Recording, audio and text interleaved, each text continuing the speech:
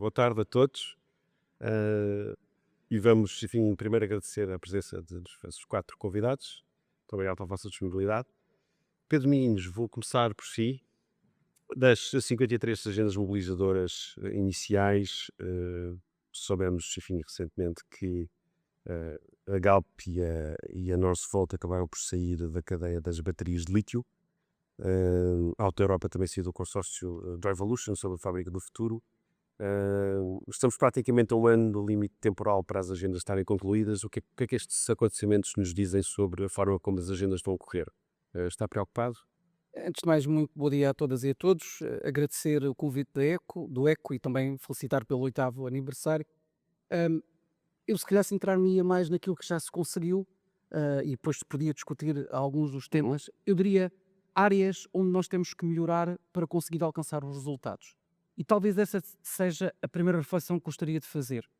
É que nós temos que pensar nas agendas mobilizadoras como um processo inovador, de parceria, eu diria, virtuosa entre o sistema científico e tecnológico e as empresas e, sobretudo, que tem como objetivo transformar a sociedade e a economia portuguesa.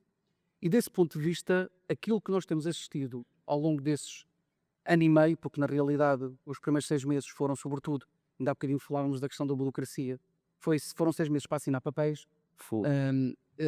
Na realidade nós temos assistido, eu diria, 3 aspectos particularmente relevantes. O primeiro é uma aceleração do investimento. E aquilo que nós estamos a falar, Já este ano. de um ponto, este ano em 24, com muito maior intensidade em 2025. E dar também nota de que aquilo que é reportado financeiramente pelas agendas é inferior àquilo que é a execução física que está no terreno neste momento.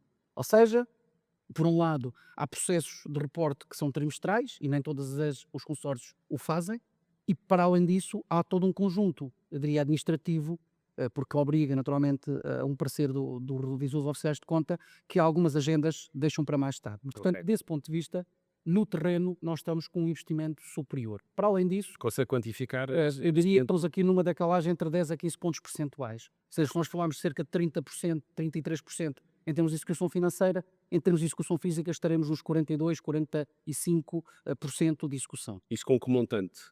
Nós neste momento estamos com cerca de, deixa eu ver, 30% de 3 mil milhões, dá cerca de 900 milhões de euros e, portanto, há algo muito relevante. Já agora, dá nota, a C5, a componente C5 é aquela que tem uma maior taxa de pagamentos, são cerca de 1.677 milhões de euros. Mas eu enfatizava a questão da aceleração do investimento. E nós já visitámos mais de 40 agendas mobilizadoras em todas as comunidades intermunicipais e as empresas são unânimes a dizerem que aceleraram o investimento com o QRR, fizeram investimentos que provavelmente dificilmente os fariam desse ponto de vista e acho que isso foi extremamente relevante. Então, este é o primeiro aspecto, uma forte aposta no investimento. A segunda dimensão que eu gostaria de enfatizar é a ligação entre a investigação e desenvolvimento e a procura de comercialização no mercado. Ou seja, desde a ID até o mercado, que é uma característica distintiva das agendas mobilizadoras, E isso também está a acontecer. que isto claramente que está a acontecer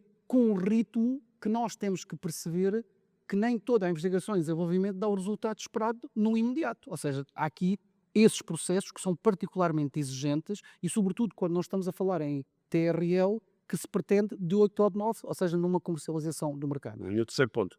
O terceiro ponto talvez seja e que se liga um bocadinho com a dimensão anterior, tem a ver com a capacidade de contratação de recursos humanos altamente qualificados. Nós estamos a falar de milhares de pessoas que foram atraídas a que juntaríamos talvez os collabs, os CTIs, onde tem havido um forte investimento. E nós estamos a falar de agendas pode-se falar nas 3 do espaço, como podia falar da construção, onde nós estamos a atrair pessoas, quer doutoradas, quer mestres, quer de pessoas que são naturalmente formadas no sistema científico e tecnológico português, quer sobretudo a atração de muitas pessoas qualificadas do estrangeiro. E isto é altamente positivo porque no curto prazo significa, se quisermos, um braço potente do ponto de vista da investigação e desenvolvimento e da qualificação É que fica das pessoas para o futuro. e que pretende-se que fique para o futuro. E, portanto, a maior parte das empresas está a contratar esses recursos humanos e já os incorporou, eu diria, na sua atividade normal. Ainda assim tivemos, enfim, uma das agendas mobilizadoras que iria mobilizar mais investimento, que é das cadeias de baterias de lítio. que nunca chegou a ser assinada, entretanto perdeu 2 dos seus atores.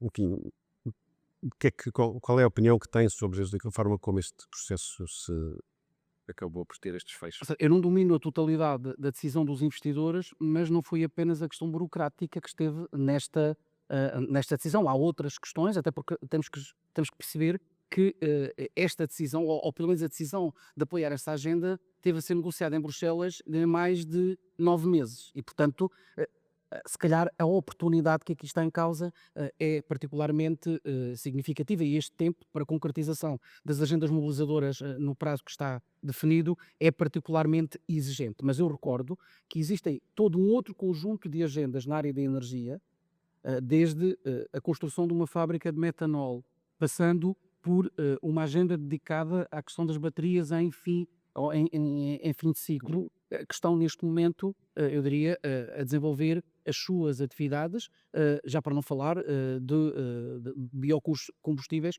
para a área da aviação, e portanto que estão a desenvolver essa mesma atividade. Temos também, por exemplo, no hidrogênio verde, o processo está bastante atrasado.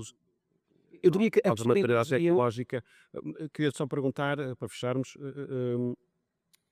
em relação a estas agendas cuja concretização está a ser muito difícil, deveria de alguma forma isso ser compensado com uma reprogramação dos valores atribuídos a estas agendas? nós estamos neste momento a tratar de uma reprogramação no âmbito nacional, também de outros países, e a Comissão Nacional de Acompanhamento já teve a oportunidade de o escrever. Eu já o disse, pelo menos a um ministro e a um secretário de Estado, que faça todas essas, eu diria, esses constrangimentos, quer do ponto de vista burocrático, quer do ponto de vista do atraso inicial, mas sobretudo olhando para o impacto que essas agendas podem causar na realidade económica portuguesa, não apenas presente, mas sobretudo em termos de sustentabilidade. Era desejável que nós pudéssemos aproveitar o tempo todo que temos ao nosso dispor, dentro do PRR, que é até junho de 2026, para concretizar essas agendas, porque aquilo que as empresas ou os consórcios precisam de saber neste momento é que podem executar, ou não, mas neste caso podem executar fisicamente investimentos durante o primeiro semestre de 2026. E com esta janela, e como disse, dessas 40 agendas, todas foram unânimes, que esses 6 meses adicionais eram fundamentais para a concretização do investimento, porque senão o que vai acontecer, e permita-me dizer isso, alguns consórcios já o disseram, provavelmente alguns dos investimentos que têm programados não o fazem. Porquê? Porque assinaram um contrato com o IAPMEI, que tem KPIs associados, não querem correr o risco de não cumprirem os tais produtos, processos e serviços inovadores, terem que ser penalizados. Portanto, a bem do interesse nacional, nem sequer é de uma questão daquela agenda em particular, que há motivos mais do que plausíveis para essa extensão de prazo, dentro daquilo que são regras europeias, era desejável que, nesse caso, as agendas mobilizadoras tivessem esses 6 meses adicionais durante o primeiro semestre de 2026. Depende do governo fazer esse pedido a Bruxelas e Bruxelas Depende da autorizar. negociação, porque repare, nós temos investimentos a terminar em junho de 26. Aqui é uma questão de contratualização, quando foram feitas foi em dezembro de 25. Portanto, é possível, naturalmente em forma de articulação, até porque isto tem associado metas e marcos associadas ao número de pedido de pagamento, que é o mais pesado, quer em termos financeiros, quer em termos de número de metas e marcos associados, mas que era desejável, visto que nós estamos neste momento com um processo de reprogramação do PRR em curso.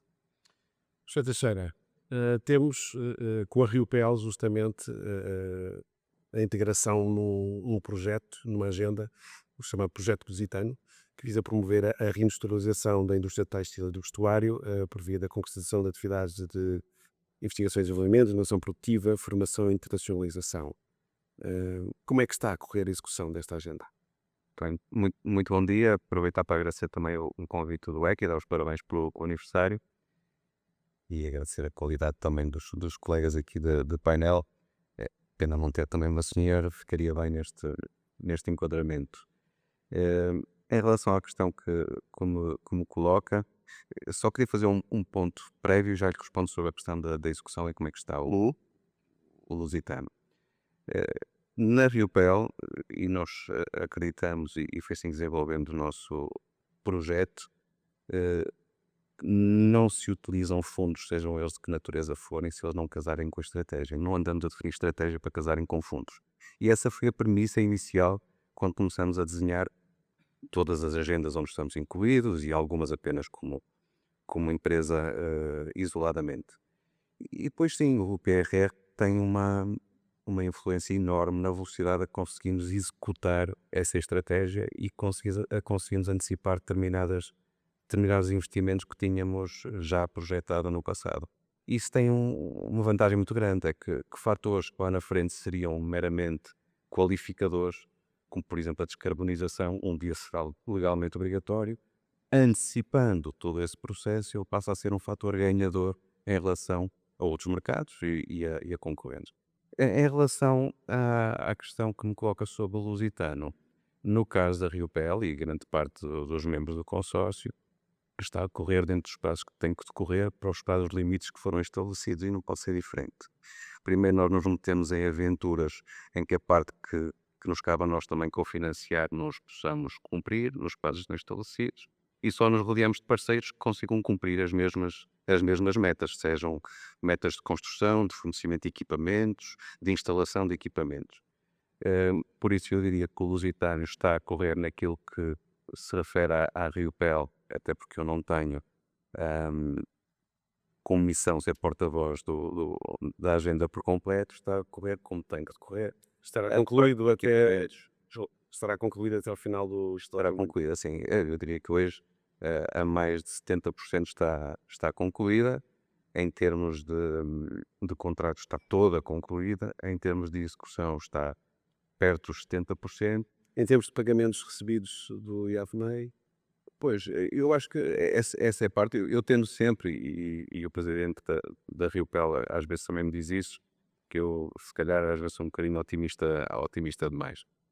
Sou por duas razões. Primeiro porque a Riopel de facto é uma empresa muito interessante e com um sistema de gestão muito próprio, mas que tem resultados, e depois Portugal é um país interessantíssimo. E eu digo-vos isto tendo trabalhado mais de 17 anos fora, no quadro expatriado, desde a América do Sul à América do Norte, a outros países da Europa. Os quadros portugueses, e falamos aqui da qualidade da engenharia, e não querendo puxar a brasa à minha sardinha porque sou engenheiro formado na Universidade do Porto, é, para além de tecnicamente muito capaz, é de uma dedicação que é raro encontrar já na maioria dos países. E isso ajuda muito a que as empresas possam avançar. Por isso, nós estamos perfeitamente alinhados com o que tínhamos estabelecido de cronograma. As dificuldades, sim. Hoje, qualquer pessoa que se move na administração pública tem muito receio de tomar decisões. As decisões são pensadas e repensadas 300 vezes. Os reembolsos, de facto, são lentos a ocorrer, mas ocorreram. Felizmente este mês foi um mês forte de reembolsos para a Riopel. Depois há um outro ponto que eu acho que de facto tem que ser repensado. Um programa que é estabelecido para 3, 4 anos tem que ser vivo. A possibilidade de se refazerem ou se fazerem algumas alterações àquilo que foram o rol de investimentos que se colocou tem que existir. O mundo rodou muitas vezes, girou muitas vezes estes 3, 4 anos. A geopolítica mudou. Os mercados de destino também mudaram. E mesmo os hábitos das pessoas também, e se não tivermos um bocadinho essa flexibilidade, corremos o risco de estar a cumprir só por cumprir determinados investimentos que já não fazem sentido na fase final, por exemplo, do programa. E é isso que temos estado a fazer, e felizmente até com muito boa interação com o IAPMEI. Um ponto, e deixava só isto como caricatura, e aproveitando a presença de certamente pessoas que poderão atuar nesta área, há pouco o Sr. Primeiro-Ministro referiu que era impensável, ao fim de 10 anos, não pudéssemos ter as redes elétricas interligadas em toda a Europa. Pois, mas a gente primeiro tem que olhar para a nossa escala, porque nós na Riopel temos um segundo parque fotovoltaico instalado com 4,7 megawatts de produção fotovoltaica e não trabalhamos aos domingos nem nas férias e, por definição do PRR, da descarbonização, não podemos injetar o excedente na rede. Eu entendo esse pressuposto, que nenhuma empresa que é de cariz meramente industrial não vai fazer da produção energética o seu core business. Não é isso. Mas há aqui dinheiro público, e a forma que nós temos de devolver esse dinheiro público é aumentando a disponibilidade de energia elétrica no mercado e por isso fazendo baixar o preço para quem é que consome. E este preconceito que as empresas não podem, mesmo fora da sua atividade core, ter algum retorno dos investimentos que fizemos, que parece que é algum mal que se faz ao mundo, está errado. E quem é penalizado é quem investiu, que foi o erário público. É uma restrição que não faz sentido. Por isso acho que era a altura de se poder fazer essa mudança àquilo que foram os preceitos desse PRR e poder-se, quem tem excedentes nos dias em que não trabalha, poder injetar na rede. Jorge Nadais, como é que avalia a execução das agendas mobilizadoras? O que é que está a correr bem e o que é que está a correr não tão bem? Obrigado, Éner. Bom dia a todos. Meus parabéns ao ECO por este aniversário. Um olá aqui aos meus colegas do painel. Obviamente esse tema, que é um tema mais que batido e rebatido, eu acho que falámos aqui, o professor Domingos deu aí um lamiré sobre esse tema. Eu diria que globalmente está a correr bem. Diria também que naquela componente que tem a ver com projetos mais da área da energia, onde identificou aí 1 ou 2 casos, claramente, por vários motivos, sejam por motivos de mercado, sejam por motivos também de licenciamento desses projetos, porque obriga a processos relativamente pesados sobre legislação que nem sequer existia, nomeadamente quando estávamos a falar sobre hidrogênio, temas muito recentes, que também era a ambição do PRR, era efetivamente apostar em projetos transformadores. O desafio era grande e, de facto, há aí algumas coisas que não correram como seria desejável, e essas agendas nessa dimensão mais da energia estão a ter mais dificuldades de execução. Não é necessariamente uma questão do PRR em si, é uma questão mais estrutural da economia, do mercado, tecnologia, não é só uma variável. Luís Ribeiro, queria perceber se, não sei se quer comentar alguma coisa desta questão das agendas mobilizadoras, mas a minha questão para mim é sobretudo, e a probabilidade de termos aqui um ministro do Executivo no banco, era perceber o que é que as empresas podem esperar em termos de condições de financiamento do próximo ano. Bom dia a todos e parabéns ao ECO pelo seu 8º aniversário e obrigado pelo convite para estar aqui presente e também cumprimentar aqui os meus colegas de painel. Enfim, sobre as agendas mobilizadoras, e pegando um bocadinho no que foi dito aqui, mas também há bocado de manhã, na primeira parte, aquilo que nós verificamos é uma enorme complexidade nos processos, uma enorme morosidade e muita burocracia. Portanto, e aquilo que nós ouvimos dos clientes com quem interagimos diariamente é que há de facto de simplificar para fazer chegar o apoio às empresas, como é o caso da Ripel, de uma forma mais eficiente. E conferia depois muitos mais comentários sobre as agendas mobilizadoras. Sobre a questão do financiamento às empresas, eu acho que temos que verificar uma lógica global e quais são as condições que de facto influenciam o custo e o acesso ao financiamento às empresas. Eu acho que estou um bocadinho mais otimista que os painéis da manhã, porque se nós olharmos para o país, e o Novo Banco hoje tem estado em roadshow mais ou menos permanente para preparar o seu futuro e em contacto com investidores em mercados internacionais, e a forma como os investidores hoje olham para Portugal é uma forma bastante positiva. E nós temos alguns indicadores que põem Portugal bem posicionado comparativamente com a Europa, que é o espaço onde nós estamos, e desde logo esse é o primeiro fator que influencia o acesso das empresas ao financiamento e o próprio custo do financiamento. Nós no Novo Banco projetamos um crescimento do PIB para este ano de 1,7%, a média da União Europeia deverá ser de 1%. Temos uma inflação sob controle, nós já estamos nos 2%, este ano vai ser 2,3%, a inflação média na União Europeia andará à volta dos 2,7%. Temos desempregos ao nível mínimo histórico, 6,5% de taxa de desemprego. Temos uma dívida controlada, o ano passado estava com uns 98% do PIB, se pensarmos no ponto alto chegou a mais de 130% do PIB, a dívida pública. Projetamos para o ano que vem uma dívida pública na casa dos 94% do PIB. Mas mesmo as empresas e as famílias fizeram um leverage muitíssimo significativo. A dívida privada era 232% do PIB, no ponto mais alto, e neste momento está em 137%. Portanto, hoje a economia portuguesa tem uma visão lá fora dos mercados muito mais positiva, se calhar, do que aquelas nós muitas vezes temos sobre nós próprios. Agora a questão é que nós precisamos de fazer mais e temos de ser mais rápidos e temos de ter um crescimento mais acelerado para que esta convergência que efetivamente aconteceu nos últimos 3 anos possa ainda ser acelerada nos próximos anos. Mas a situação do país é aquela que primeiro influencia o custo e o acesso ao financiamento. Depois há uma segunda que é como é que estão os bancos portugueses, não é? Porque sem bancos fortes também não vamos ter capacidade de dar crédito e de apoiar os projetos e os investimentos. E hoje a banca portuguesa compara muito bem. Há bocado o Sr. Primeiro-Ministro dizia que hoje, paradoxalmente, há 2 países que estão bem preparados para os desafios, que é Portugal e a Grécia, e por acaso são os 2 países em que a banca apresenta melhores indicadores. Melhores indicadores em termos de solvabilidade. Nós temos em média em Portugal um rácio 7 anos a 7,8%, a média do setor, os dados que o Sr. Governador apresentou a semana passada. Em termos de eficiência, na média temos um cost to income de 38%, o rácio entre custo e receita, que é muito abaixo da média europeia. E depois em termos de rentabilidade, porque nós também tendemos muito a demonizar o lucro, seja ele das empresas privadas, seja dos bancos, mas sem empresas rentáveis e sem bancos rentáveis não há naturalmente investidores que estejam disponíveis para dar crédito. Portanto, temos uma banca com boas condições. Aquilo que é a nossa estimativa é que vai continuar a existir uma redução da taxa de juros. Nós projetamos uma redução da taxa de referência entre os 125 a 150 pontos base durante o próximo ano. Colocará a taxa de referência à volta dos 2% daqui a um ano. Portanto, as empresas reduzirem custos também, mas vai fazer reduzir os mesmo. custos de financiamento, claramente. E depois também, se nós vimos os spreads de crédito, e aqui usando como referência o mercado de obrigações europeu, enfim, em Portugal os mercados não são assim tão ativos, que é algo que temos que melhorar.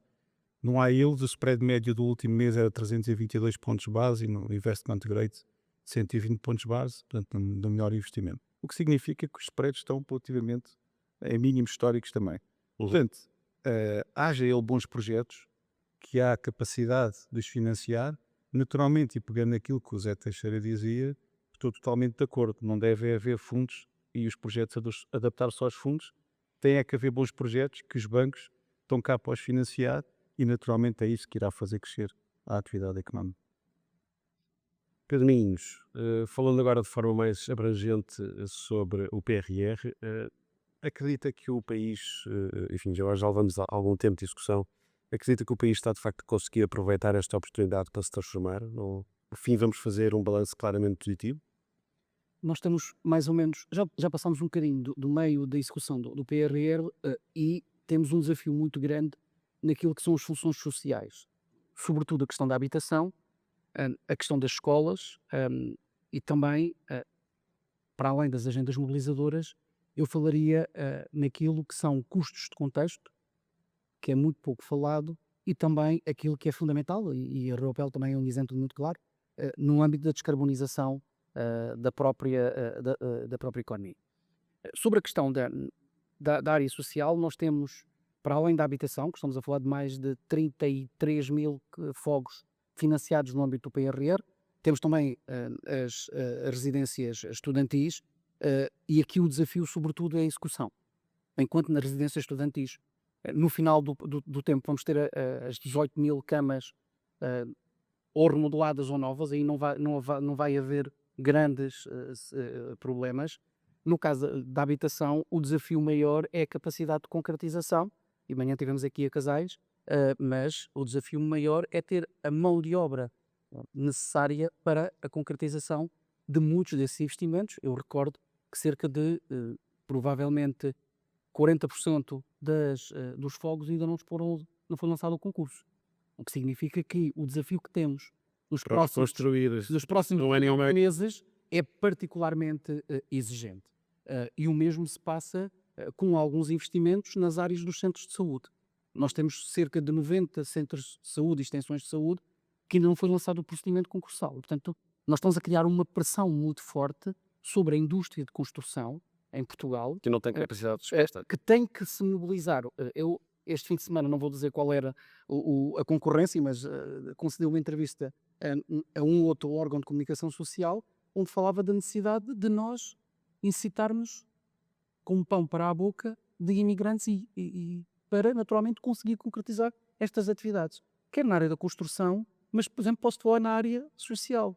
Nós estamos a falar de mais de 20 mil lugares que foram criados ou que vão ser criados ou remodelados na área de creches, de ERPs, de habitação colaborativa, e nós sabemos que a maior parte das pessoas que hoje em dia trabalham nessas áreas, porque é muito trabalho intensivo, depende muito também de imigrantes.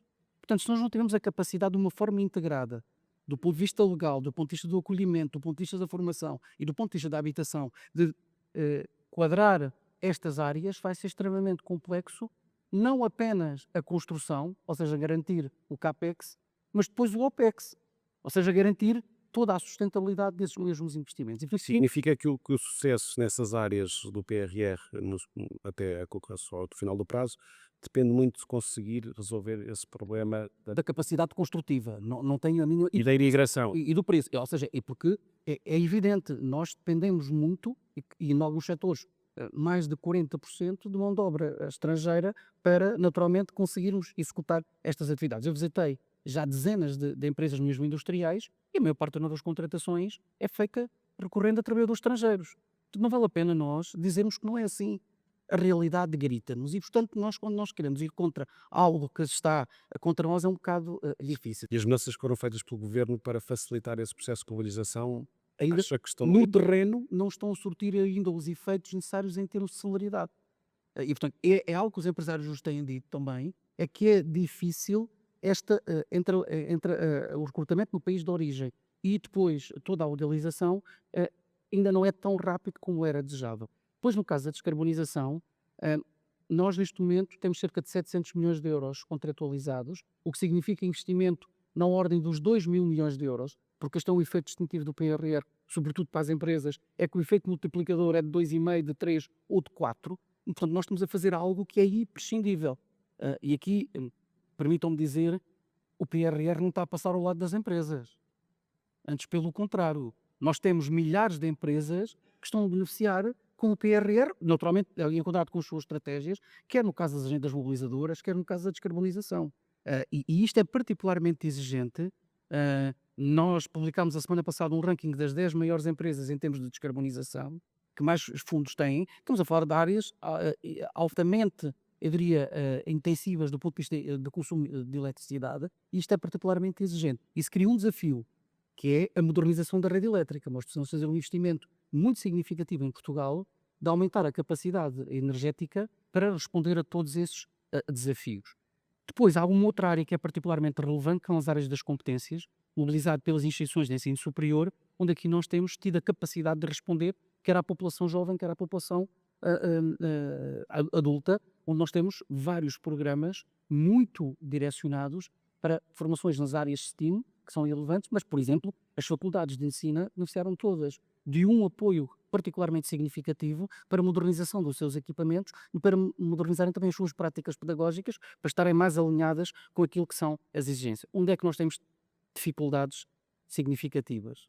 É sobretudo na digitalização das empresas. Nós estamos com dificuldades, sobretudo na medida C16, que é a Empresas 4.0, pela burocracia, pela, eu diria, dificuldade no preenchimento dos formulários, em conseguir dar o salto para responder à digitalização, sobretudo das pequenas e médias empresas. E isto é particularmente uma área muito importante. muito importante e que devemos fazer uma reflexão aprofundada sobre este aspecto para ver como é que conseguimos Porque isso não irá a ser baixo. é muito baixa e a expectativa de concretização no futuro é, diria, não é das mais famosas que nós temos no PRR.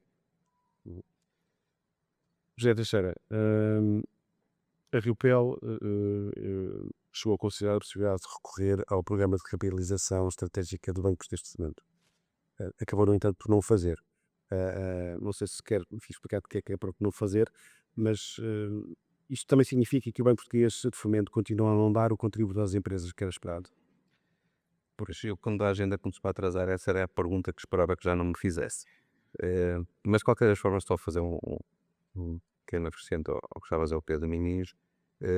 É de facto o investimento da Riopel, e aproveitando na parte da descarbonização, eu diria que é icónico hoje na indústria portuguesa, pelo menos na indústria têxtil. Nós, em 2 anos, 3 anos, se quiser, 100% do vapor, que é muito que temos que usar na nossa produção, que era obtido com gás natural, passou a biomassa, por isso sustentável, e vamos conseguir atingir valores superiores a 33% e de energia elétrica que nós próprios geramos com parques fotovoltaicos. Mas é verdade que o PRR acelerou este investimento, mas eu diria que Este valor de respeito pela sociedade, pelo meio ambiente e pelas pessoas é algo que vem da fundação da empresa, já foi assim quando a empresa inicialmente se instalou junto ao Rio. Em relação ao Banco Português de Fomento, enquanto eu acho que no PRR todos os pressupostos naquilo que diz respeito à RIPEL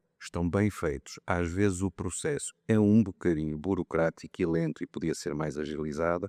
Eu acho que no Banco Português de Fomento é um bocadinho ao contrário. Acho que o propósito já partiu errado, porque na parandonga disto recapitalizar as empresas, mas efetivamente quando se olha para as condições em que isso pode ocorrer, caem-se em condições de custos financeiros e covenants para as empresas que têm que ter agilidade na sua governança, nas suas decisões, que são incompatíveis com o que vem nos requisitos para se poder assinar um contrato com o Banco de Fomento.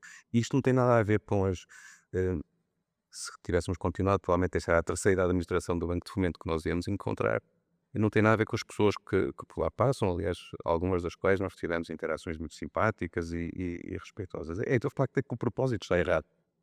Hoje quem acaba por recorrer às linhas do Banco de Fomento, as duas, uma, ou são startups que não têm acesso a outras fontes de financiamento porque não têm histórico, não têm património, não têm ainda volume de negócios, ou são empresas que estão mal e quando recorrem à banca vão levar com spreads equivalentes aos que estão ao Banco de Fomento. Tem empresas que têm rácios minimamente interessantes e rentabilidades saudáveis.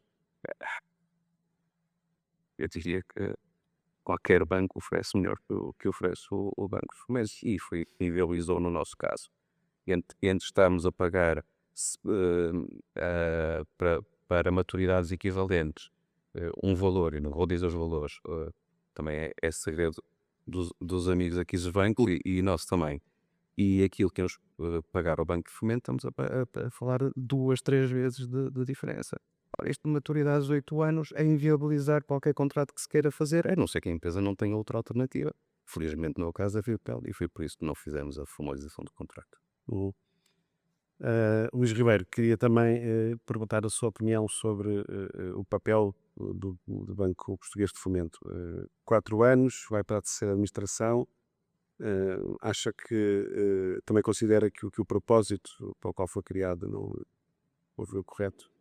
O que é que está aqui a falhar? Bom, primeiro eu acho que estamos a cobrar pouco, pelo que eu percebi, devíamos ter aumentado os nossos preços, mas tirando essa parte, bem, eu acho que o Banco de Fomento pode e deve ter um papel importante na promoção do investimento e no crescimento e atuar naturalmente em áreas em que há falhas de mercado, em que os bancos comerciais não atuam.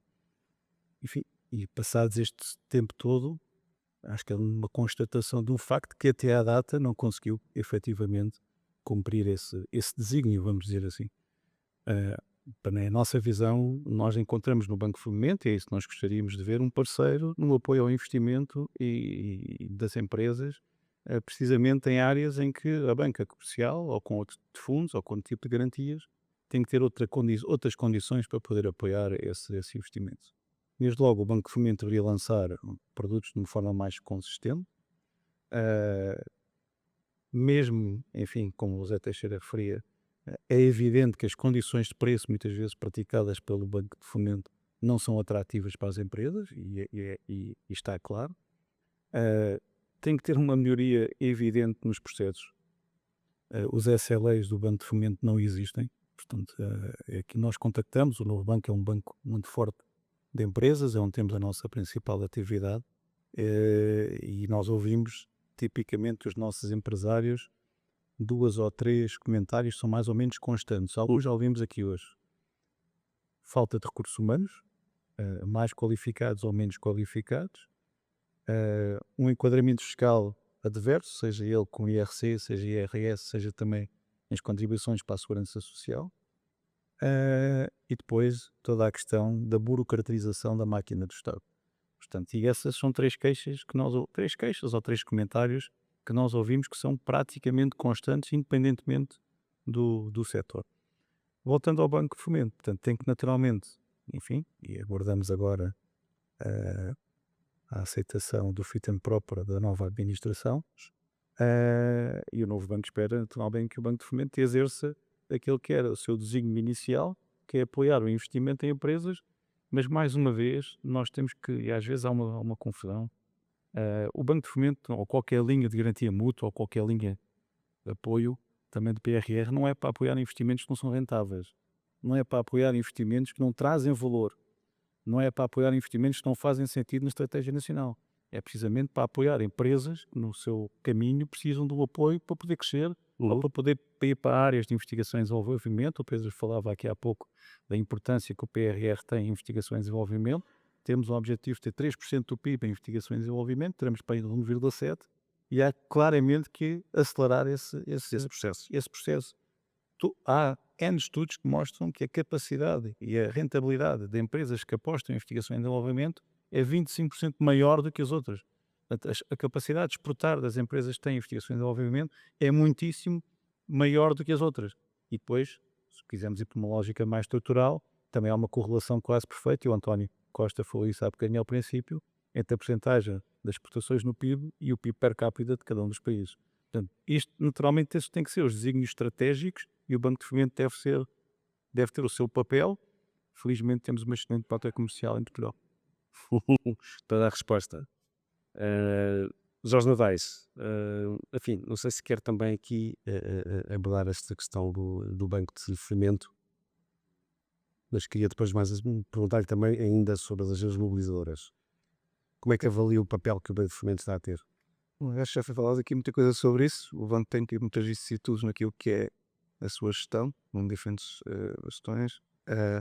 O tema do custo de financiamento, o banco está ali numa sanduíche entre aquilo que é o fundo no mercado, que é a banca, e também o banco para investimento, porque é ali um híbrido, está ali num segmento muito curto de espaço, ali entre os 25 e os 50 milhões, diria, os de 15, 50 milhões de euros, depois já entra o banco para investimento. Portanto, ali ele próprio tem um segmento difícil, as regras comunitárias também não ajudam, portanto todo o contexto é um contexto que não é simples, mas acho que aqui o que é ser feito é ouvir o que é que as empresas dizem, que é que elas precisam, e tentar adequar de forma a atingir esses objetivos, que é o objetivo último, é eliminar falhas de mercado, ajudar as empresas neste movimento de crescimento e de acesso não só ao mercado interno, mas ao mercado externo. Portanto, eu diria que há muito trabalho a fazer para tornar este instrumento melhor do que ele efetivamente tem sido até agora. Não é? Voltando um pouco atrás às agendas mobilizadoras, não podendo elas ser concluídas dentro do prazo que está previsto, o que é que deve acontecer a seguir? Ok, isso acho que é acaba uma evidência. Nós estamos aqui a discutir cerca de um ano e meio que temos para concluir o PRR. Há muitos projetos e agendas que vão ficar concluídas e vão trazer os seus produtos, os processos para o mercado. Haverá certamente alguns que não, mas mais do que isso, e sobre isso a decisão já não é cá, não é em Portugal, portanto terá que ser a Comissão Europeia a debruçar sobre esse assunto e avaliar a nível europeu se isso de facto é algo que deve ser mexido, porque nós temos vivido um conjunto de vicissitudes, não só na guerra na Ucrânia, na guerra em Israel, tudo o impacto que temos nas economias, e de facto há aqui um contexto macroeconómico complexo que tem que ser endereçado, e portanto não temos estar a gerir como gerimos em 2021 e achar que o mundo é estático, não ter planos de contingência para aquilo que é que no fundo, o CTX estava a dizer que o mundo já rodou muitas vezes, não é? Portanto, já tivemos várias vidas nestes poucos anos.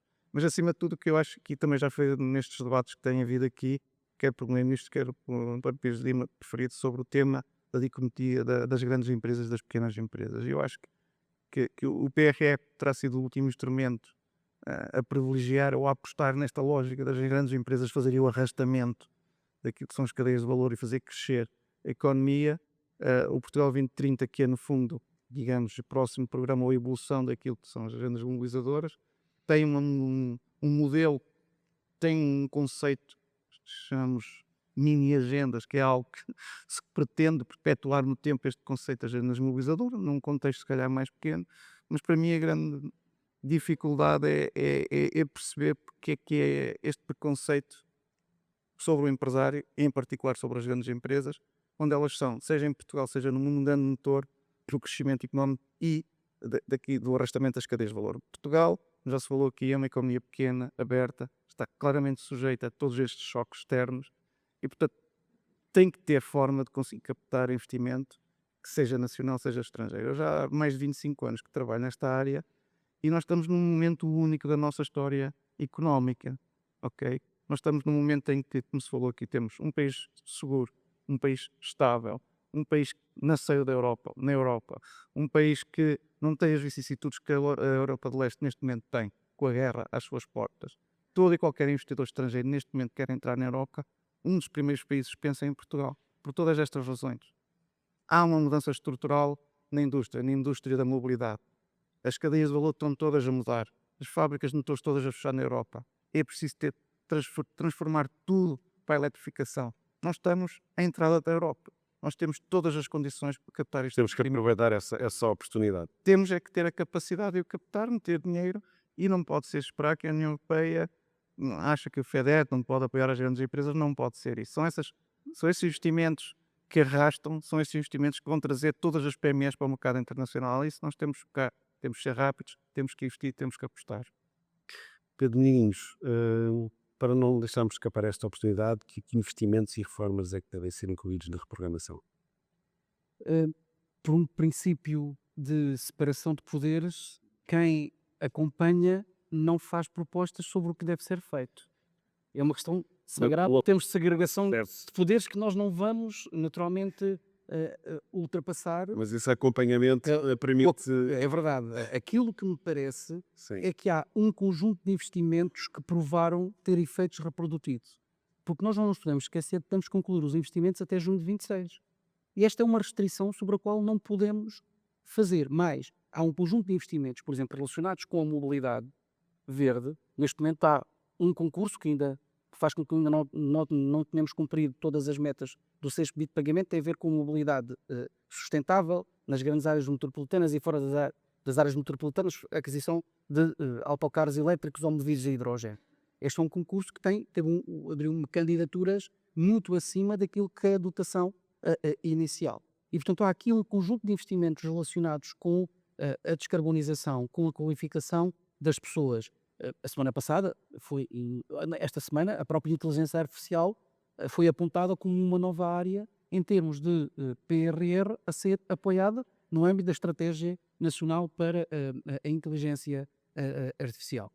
Eu gostava só de pegar aqui... Portanto, deve entrar nessa reprogramação. Provavelmente vai entrar, até porque a Sra. Ministra da Juventude e Modernização já o disse, e portanto deduzo que, para o dizer, é porque já está a ser analisado. Mas eu gostava de falar aqui nesse aspecto particularmente relevante, que é a questão das grandes empresas. Que nós temos que ter a capacidade de aprender com aquilo que têm sido as agendas mobilizadoras ou aquilo que tem sido a descarbonização. E sobretudo numa lógica, a palavra acho que é feliz, arrastamento, no bom sentido, de trazer um conjunto de pequenas e médias empresas atrás de si. Eu não quero falar aqui em agendas concretas, mas nós temos exemplos imensos de grandes empresas que neste momento estão a possibilitar que algumas empresas nacionais, fabricantes de equipamento, estejam a desenvolver novos produtos e estejam já a exportar. Isto, estamos a falar de empresas que vendem 7, 8, 9 milhões de euros, são pequenas e médias empresas, e que vão, provavelmente, pós PRR, passar para vendas 14, 15, 16 milhões de euros. E estamos a falar em áreas altamente industrializadas, tecnológicas e baseadas no conhecimento. E foi o que as cadeias de grande valor trouxeram. E depois há um aspecto que nós temos, de uma vez por todas, de perceber. Eu acho que o PRR é talvez dos programas que mais nos permite aprender sobre a burocracia do Estado. Eu acho que valia a pena pegar programa a programa, licenciamento a licenciamento, e perceber quais foram os nós gordos. Porque a razão é que nós demorámos 4 meses a decidir que não era necessário uma avaliação de impacto ambiental estratégico, quando o preenchimento dos requisitos dizia que não era necessário. Mas alguém disse que é necessário, e 4 meses depois diz que não é necessário. Por que razão é que nós precisamos de fazer um estudo baseado em dados de 1984, quando na realidade todos sabemos que não há lá peixe naquele rio porque já nem há água no rio. E portanto, são essas questões, parecem caricatas, mas que ocorrem diariamente. E nós temos de ter a capacidade, é quase matar aquilo que são ineficiências desse ponto de vista. E aplicar já nos próximos quadros Claramente, comunitários. porque senão, daqui a 3 meses, a 3 anos, no próximo quadro comunitário de apoio, já o 30, estamos a discutir exatamente as mesmas coisas. situações. E, portanto, haver aqui este grupo de trabalho que permitisse perceber onde é que são as ineficiências e melhorá-las, era um ganho muito significativo. E depois, naturalmente, fazer estudos de impacto sobre o PRR. É fundamental, nós estamos vindo a dizer isso há 3 anos, e é bom que nós tenhamos um estudo global de impacto e de resultados do PRR para perceber se os investimentos que estamos a fazer produzem ou não os O resultados efeito desejados. desejado, exatamente. José Teixeira, estamos a falar um bocadinho do setor têxtil. Houve uma quebra de exportações em 2023. Este ano espera-se que aconteça o mesmo? Pois não sei se espera para toda a gente. A indústria, dizer a indústria têxtil como um todo, não sei se faz muito sentido. Há muitos ramos da indústria têxtil e, sobretudo, há muitas dimensões ou diversas dimensões em termos de empresa das indústrias têxteis. Eu acredito que o ano de 24 não será inferior ao ano de 23, num contexto total. No da Riopel, mantém-se com a taxa de crescimento que estipulamos, e ela basicamente tem um objetivo para os nossos 100 anos, que são em 2027, um objetivo de faturação e rentabilidade, um objetivo de descarbonização que é total, por isso, décadas antes daquilo que legalmente será E olhando já para 2025. será obrigatório.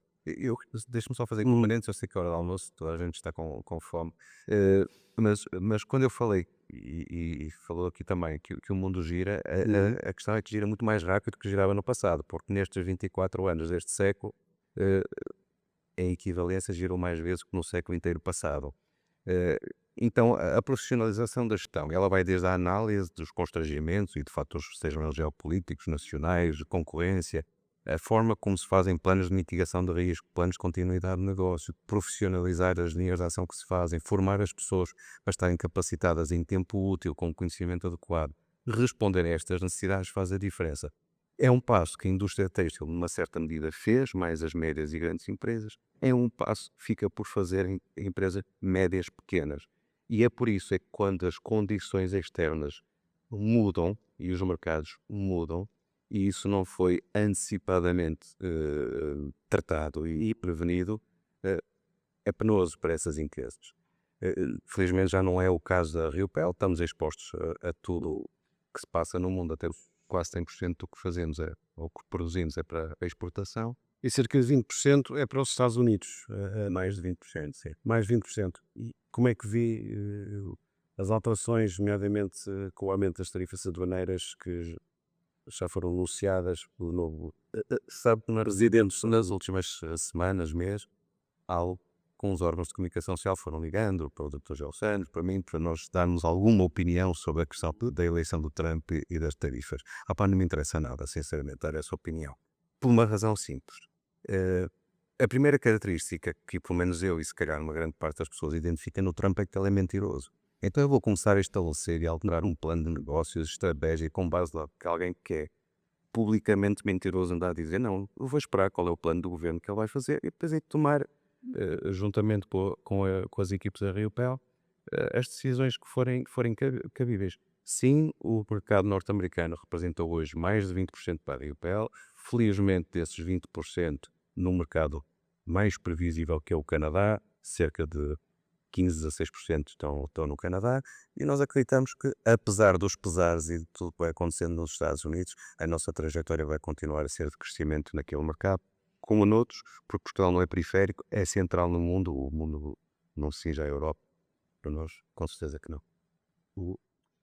Luís, volto a si e queria fazer a mesma pergunta que fiz aqui ao Pedro Dominguinhos, que é, olhando para aquilo que está a acontecer no PRR, acredita que está a ser transformador para o país? O contacto com as empresas é isso que existe? Sim, aquilo que eu disse há pouco, que estou mais otimista que a generalidade das pessoas, mas também contacto diariamente com muitos clientes. E é isso, nós verificamos a evolução da economia portuguesa, por exemplo, nos últimos 3 anos, nós convergimos para a média do PIB per capita da União Europeia, todos os anos, o que não o conhecia no passado, como disse há bocadinho aqui o António Pisolino. Portanto, isso é uma evidência. Naturalmente, estamos com 40% abaixo, portanto, há um caminho muito grande que nós temos que fazer. E há que colocar a economia portuguesa num nível diferente da cadeia de valor. E esse é um dos objetivos do PRR e que é fundamental. Não esquecendo que os fundos, digamos assim, que podem transformar a economia portuguesa não se esgotam com o PRR. Temos o Portugal 2030, que também tem, naturalmente, objetivos importantes na alteração. E o relatório Draghi, que também já foi hoje aqui comentado hoje de manhã, põe claramente a competitividade na Europa como um dos fatores centrais. E acho que é aí que nós devemos enquadrar. Como é que nós vamos colocar a economia portuguesa dentro daquilo que é o novo quadro geopolítico internacional competitivo? Nós temos uns Estados Unidos, enfim, e independentemente dos comentários do Sr. Trump, que vai claramente ter menos regulação. Vai claramente não ter nenhuma preocupação sobre sustentabilidade. E a primeira reação dos mercados foi que, bem, vai haver mais consumo de energias fósseis nos Estados Unidos, o preço, e vai haver mais produção, portanto os preços ajustaram logo e os mercados até gostaram. Portanto, os investidores, a Bolsa dos Estados Unidos, reagiram logo em alta.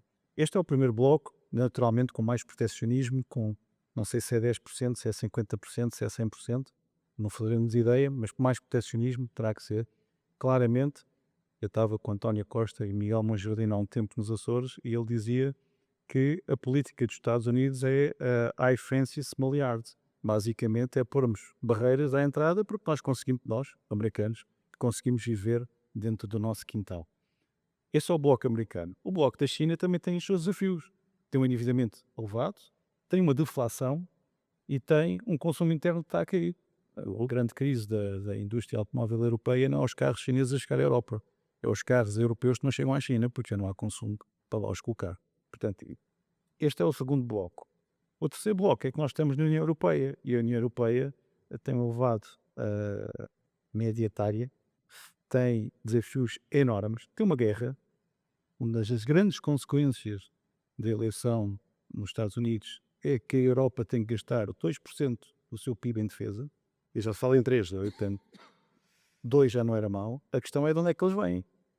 É se vêm com mais impostos, se nós estamos disponíveis para os aceitar, nós, europeus, estamos disponíveis para os aceitar, ou se vêm com menos Tirar despesas as sociais. áreas, exatamente. Portanto, ou e tirar se nós as áreas. verificarmos, os franceses não são propriamente fáceis nessa matéria. Portanto, é com base nisto que nós temos que pensar quais são os setores estratégicos para a economia portuguesa, como é que nós vamos ter escala nas nossas empresas, como é que nós asseguramos uma marca Portugal que seja vista como valor e que nos colocamos nos mercados internacionais de uma forma completamente diferente.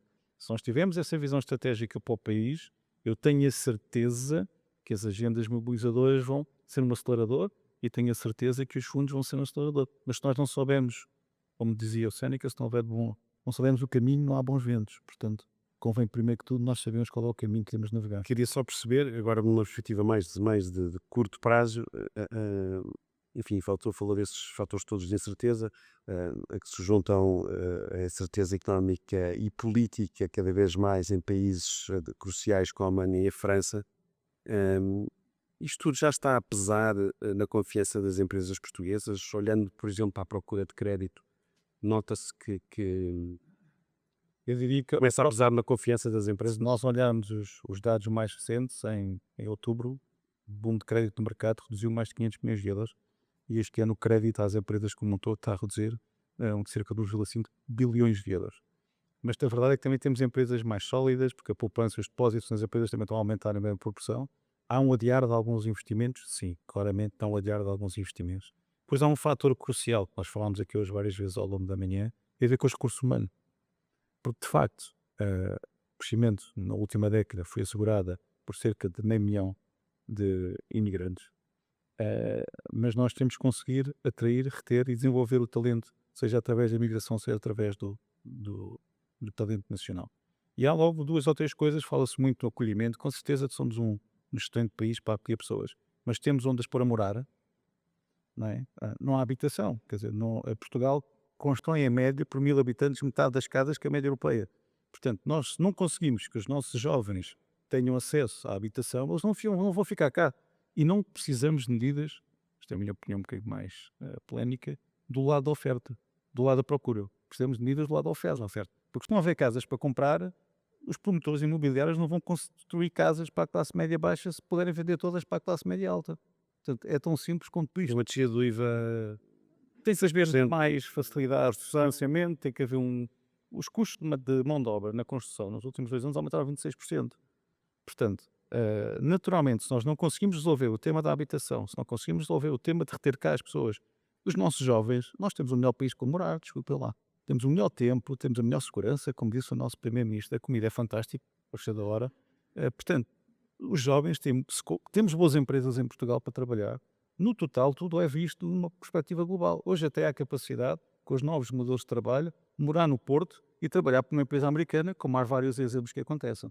Portanto, nós temos é claramente que resolver esses problemas. As empresas estão, obviamente, a adiar alguns investimentos mais estruturais, mas nós não vemos, felizmente, em Portugal, nem sinistralidade, nem dificuldades na parte das empresas. Agora, naturalmente, uma gestão sem prudente, Falha alguma cautela. claro.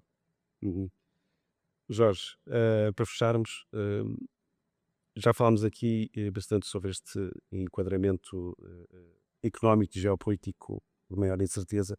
Como é que as empresas portuguesas se devem posicionar perante este contexto?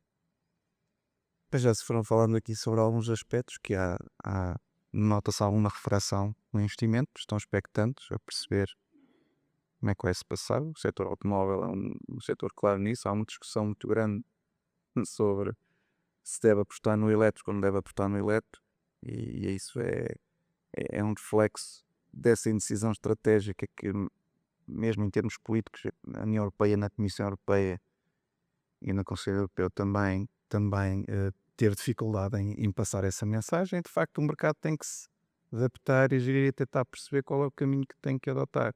Nesses momentos, o que se sente é isso, essa retração de investimento, repensar na gestão, perceber qual é o caminho a seguir e, no fundo, avaliar que áreas é que são aquelas que são estratégicas para investir. O que é certo é que Portugal, e aqui que estava a dizer, tem de facto uma oportunidade única para captar esse espaço, porque esse espaço, todas as virtudes que nós temos, também tempo, também a comida, mas não só, não é? Todas as virtudes que temos, estamos numa posição muito especial no contexto europeu para captar essa transformação que vai existir, e acho que é relativamente evidente que ela está a acontecer e tem sido uma avalanche. Eu acho que todos os dados que são demonstrados até pelo próprio Governo, pela Agência Portuguesa de Investimento também, que de facto Portugal tem tido uma procura inacreditável nos últimos 2, 3 anos por investimentos estrangeiros. Muitos bis, estamos a falar de bis, não estamos a falar de coisas pequenas. Vamos ver lá, há 10 anos atrás, quando se tinha um projeto de 25, 30, 50 milhões de euros, é um grande projeto.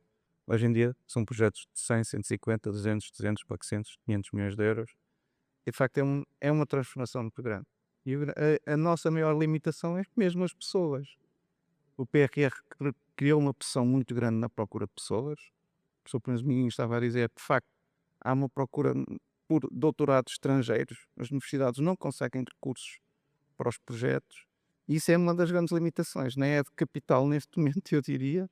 É mesmo uma limitação de capacidade de recursos humanos. E acho que é nessas áreas que temos que continuar a investir para continuar a trazer para cá aqueles projetos, são os projetos bons para nós. E conseguir aproveitar de facto essas oportunidades e continuar a É único. Muito obrigado aos quatro. Prazer, obrigado. Muito obrigado.